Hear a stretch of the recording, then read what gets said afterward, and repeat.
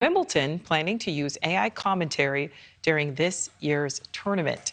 So here to help us understand how this will work, Sultan Meghji, professor at Duke University's Pratt Engineering School and a noted AI expert. Professor, thank you so much for joining us. We're going to have classes in session now, because explain how this is going to work.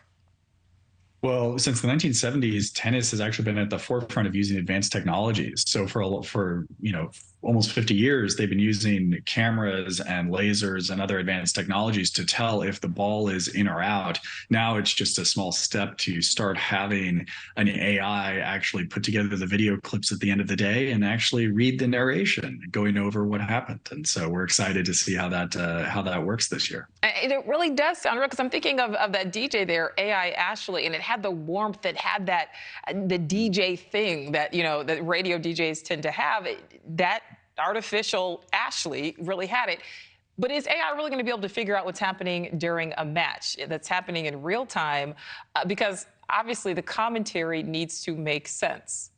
Yeah, well, they're not using it in real time at Wimbledon. They're using it as kind of a summary for the day, if you will. And so from that perspective, it's fine. I think, in some sports, we are using AI in real time to identify everything from a ball being out to whether or not a player has crossed into the end zone in football.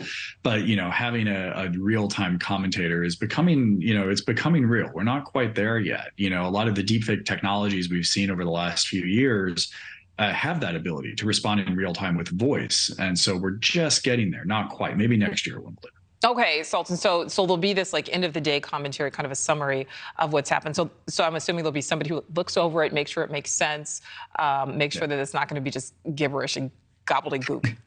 Not inventing a tennis player who that wasn't is the actually scientific playing or something term like right that. there, Yeah, exactly.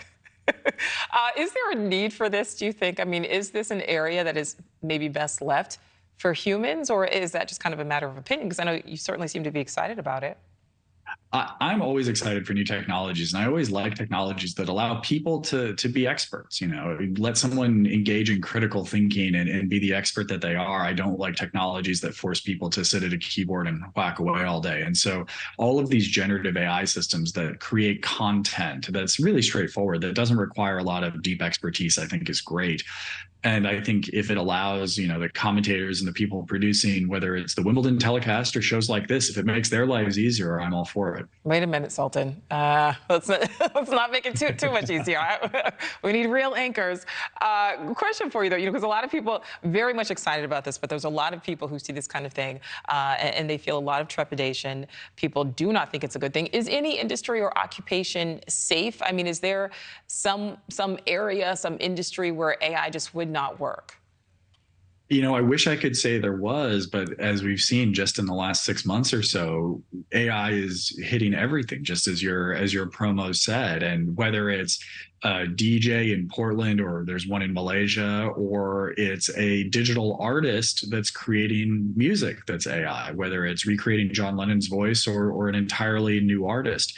I think what we're going to discover in the next few years, just like we've all gotten addicted to having the internet at our fingertips to make our daily lives easier and our jobs easier, we're going to feel the same way about AI. And for every single aspect of our economy, I think it's tough to see an area that won't be impacted.